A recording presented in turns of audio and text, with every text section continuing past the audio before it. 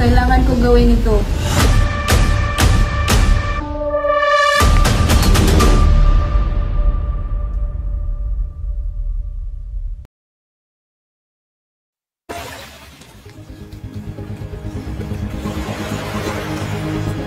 Noong bumalik si Simon sa Pilipinas matapos ang 13 taon, hindi na siya ang kilalang si Crisostomo Ibarra. Siya ngayon ay isang mayamang alahiro.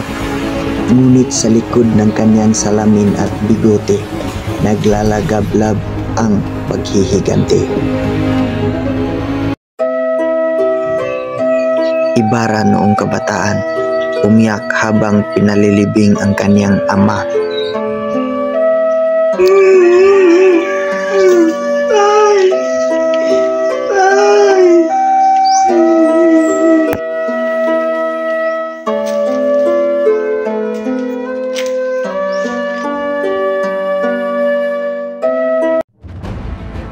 Ang dating binatang may pangarap ng kapayapaan, ngayon naging simbolo ng revolusyon.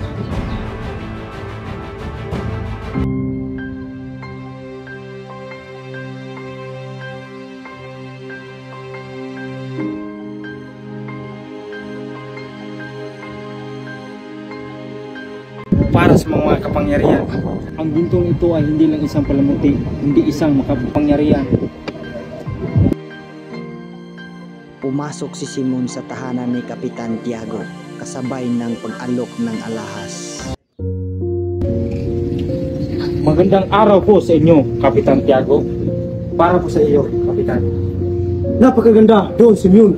Ang mga ganitong alahas ay karapat-dapat isuot sa makapangyarihan.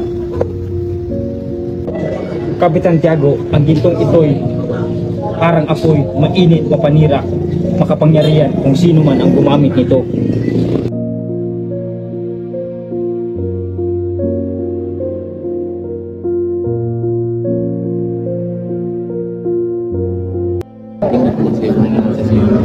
Tuloy ang petisyon.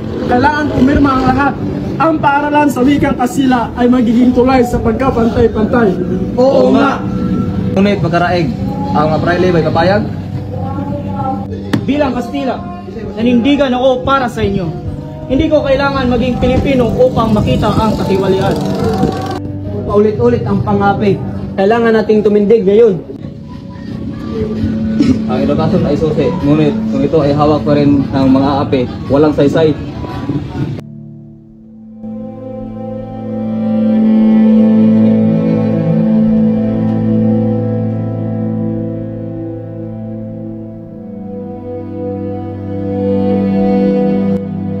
Si Simon ay naglakad pauwi. Tinawag siya ni Basilio. Simon! Basilio, matagal na kitang inabangan. Basilio? Ikaw! Kilala kita! Ikaw si Ibarra! Hindi na. Patay na si Ibarra. At ako si Simeon. At ikaw, isa ka sa magiging haligi ng revolusyon, Basilio. Ipinaglaban ko ang katahimikan.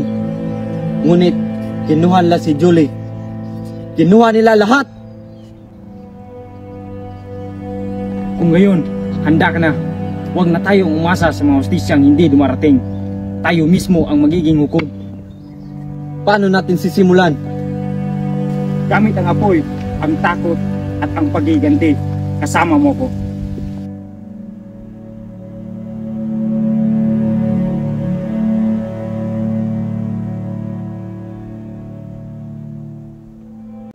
Umiyak si Julie habang binabasa ang liham na si Basilio ay ikinulong.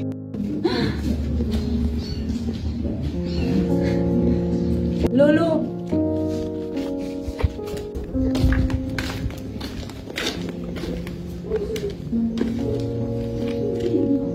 Lolo, kailangan ko gawin ito. Kung ito lang ang paraan para mailigtas siya. Dito ang katarungan, ang babaeng puri dapat maging kalayaan at kabayaran. Papasok si Padre Camura at may ngiti sa labi.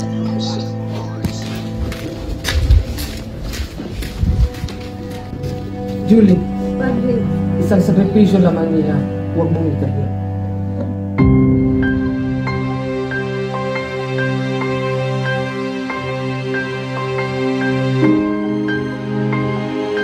Pauwi na si Basilio mula sa kulungan.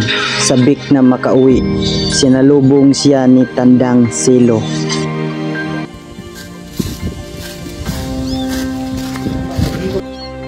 Basilio! Lolo! Nasaan si Julie? Tumalon si Julie mula sa kumbento.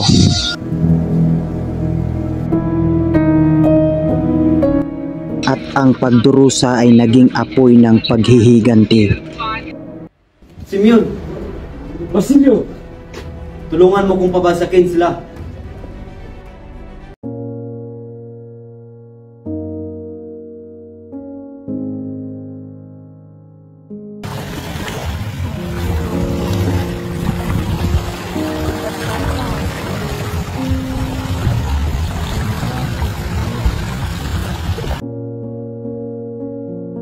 Ibarra, kailan tayo muling magiging malaya?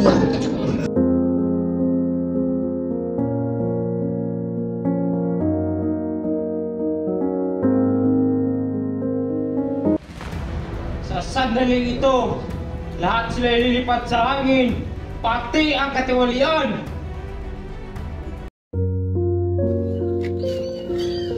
Ano klaseng lampara ito, Don Simeon? napakarami nyo namang regalo, Don Simeon.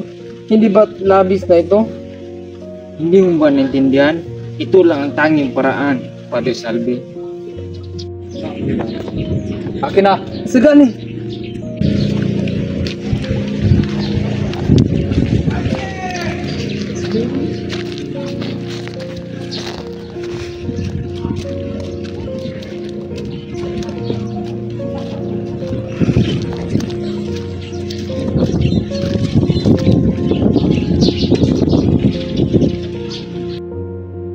At ang revolusyon ay nauwi sa abo.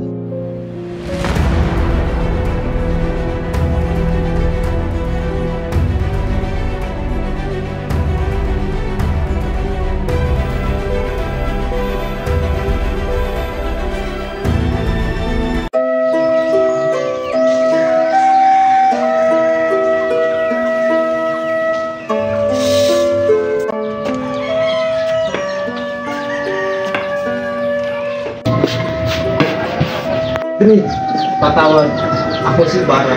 Nabigo ako. Hindi sa dahas, matutupad ang tunay na pagbabago. Padre, ibig sabihin, lahat ng ito ay walang saysay?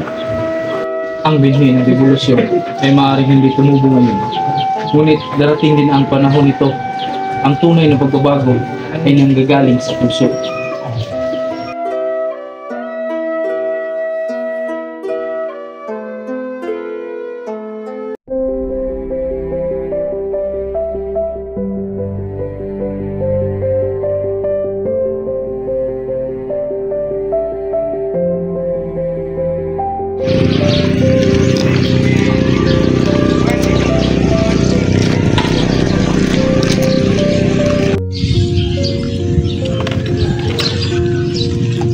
Bayan ko, dumating man ang panahon ng dilim.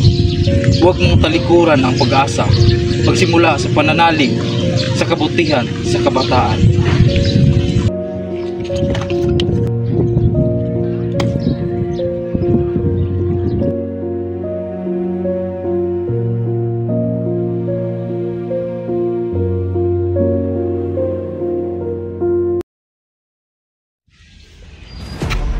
Napakarami nyo namang regalo, Don Simeon. Hindi ba labis na ito? Hindi mo ba naintindihan? Ito lang ang tanging paraan, Padre Salvi. Tuloy ang petisyon. Kailangan pumirma ang lahat. Ang paaralan sa wikang Kasila ay magiging tulay sa pagkapantay-pantay. Oo nga!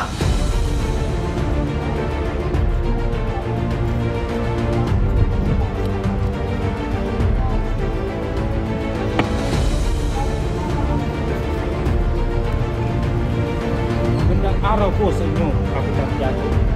Parang sa Napakaganda, Don Simeon. Ang mga ganito madalas ay dapat isuot sa mga pangyayarihan.